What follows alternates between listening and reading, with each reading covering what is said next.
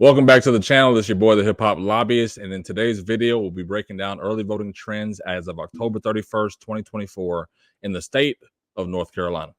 Now, let's quickly get into the video. The numbers, I know we came for the numbers more than anything. So we have here, again, the great state, a good state of North Carolina, the Tar Heel State. We're going to quickly go here to early voting and people who have voted early or absentee as of October 31st, 2021.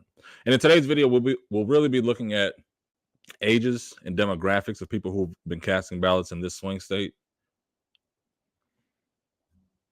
Out of the people that are registered in our data set, we have roughly 3.5 million votes we'll be able to analyze in today's video. So let's quickly break it down by individual demographics, political party, and let's see where we are by party. Currently, Republicans have a near 40,000 vote advantage in North Carolina, 33.8%, to Democrats, 1.1 million at 32.84%. Now, well, 8.9 for Republicans, 0.84 for MPAs, excuse me, and Democrats actually third with 32.659. I assume that Democrats were second there, but we're showing that MPAs, and we didn't really include the Libertarians, No Labels, Green Party, We the People, Constitutional, and other people who identify as other parties outside of the primary two, Republican and Democratic Party. We have Democrats actually in third place behind MPAs, which isn't really beneficial to the Democrats. It is, from a bipartisan standpoint for this video, it is really showing that it's wide open. Because at this point, there's no real advantage for either party. Where MPAs, people who are really not associated with either party, are really going to control this swing state. And I think we know from the videos from the channel, you know how important North Carolina is in Georgia. And in my series, I know we have other key swing states, Michigan, Pennsylvania, Arizona, Nevada. I feel that there'll be a lot of information from there, but historically, we don't know. But I do feel that North Carolina and Georgia, less than a week out, 5 days before Election Day, could be in play. And I really do feel that what happens here could really impact not only the potential of White House races, the governorship there, and other things. And even bringing the governor's race into it, it's interesting because I want to know how many of these voters, Republican voters, will be voting against the Republican candidate for the Democratic candidate or not vote at all. So let's look at the ages. So let's look at the ages of these voters who have been casting ballots so far, regardless of party. We see that 55% are over the age, or 55% are over the age of 55. So let's look at these voters by party and kind of understand out of these roughly 1.9 million voters where they are. And out of the older base of voters, these are more your civil rights voters, people, they could be born in the early 1900s.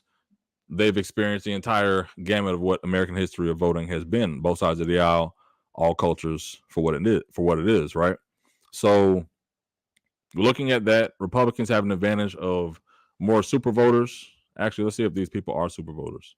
Let's look at the voter frequency here of people who voted and see where that ranks. And roughly 18, a good portion of people who have cast a ballot in at least 4 of the last 8 elections.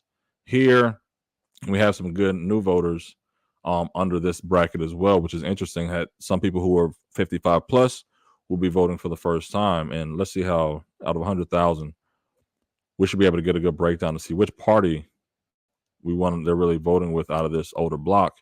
And they're voting more Republican. So you have a lot of Republicans who may not have voted before, first time voting in North Carolina, whatever it could be, to essentially say, hey, they're voting in the state of North Carolina, really from that age bracket, a little more, right? Not really seeing a lot of younger voters in that set. I didn't really focus on it. Really, I didn't focus on them at all, to be honest. But out of these 1.9 million voters here, this is a breakdown of party breakdown of how they're voting. So let's look at the younger voters, people who are, I would say, 18 to 39. Let's give the under 40 voters. Let's see how they're coming out in North Carolina currently. Here we have the data set here. 40% of them, 41, we can round that up, are voting MPA. So MPAs are leading among younger voters, right? Democrats hold that second, 246,000. Republicans, the younger Republicans, are voting third place. And it's interesting to really show this. I didn't look at it previously, but for the MPAs having such a lead with in a swing state like this, it really will come down to, okay, what issues are you talking about? Let's look at the gender. We haven't looked at gender so far this video, or ethnicity, but these are female voters, young female voters. Of these young female voters, what party are they aligning with? Let's see how that.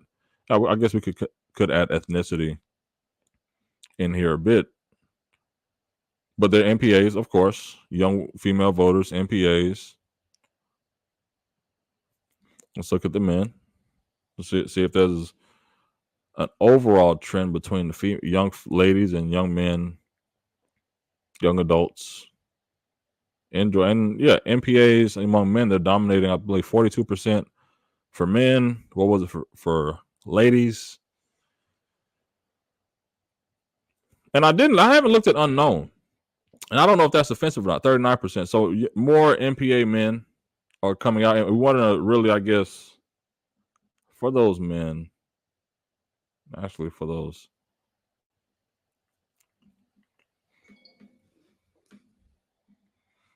For these blocks, we're going to look at this. 20% young women, African American, among these men. 19% African American, with 14% men, roughly 51,000 of them who have already cast ballots as of today in the state of North Carolina. So this is interesting. These MPAs leading, not only being second place in the state of North Carolina, but among younger voters, they're the ones that would really, I would say, make a difference. And it kind of goes to the narrative I shared last video, to where in a state like this, where younger voters are, let me switch over, hold on. In a state like North Carolina, where MPAs are second amongst turnout, with 50% of, most likely 49% of all turnout being in the state, in addition to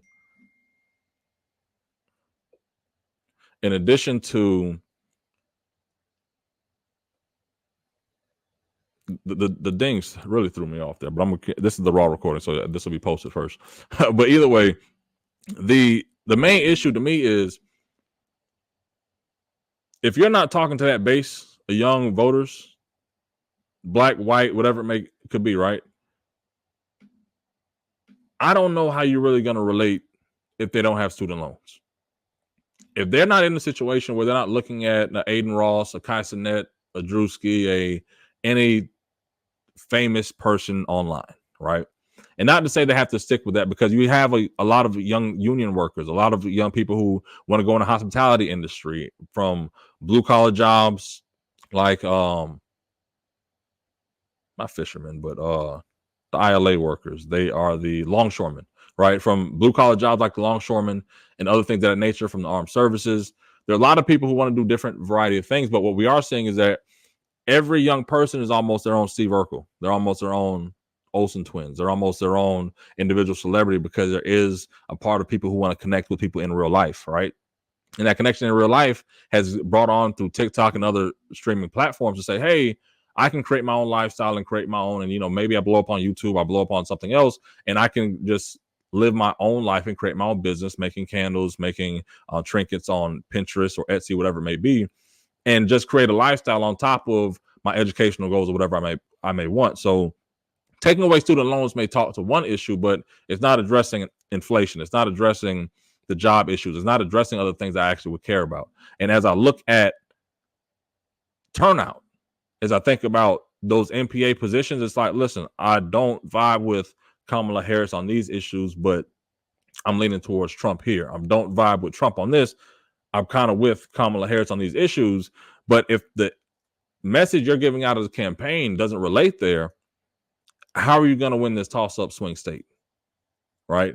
And it's kind of late in the game because there's so many different factors at play. But for these young NPA voters that are actually showing up in North Carolina, it'll be telling to see what happens on election day. And early voting is still happening. This is as of Thursday, October 31st. But these young voters are happening. So let's look at quickly, as we've done in our series, young black men who are voting, who are really those YNs in apartments, right?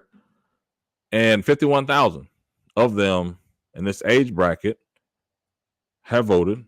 Oh, I didn't look at a comparison male to female.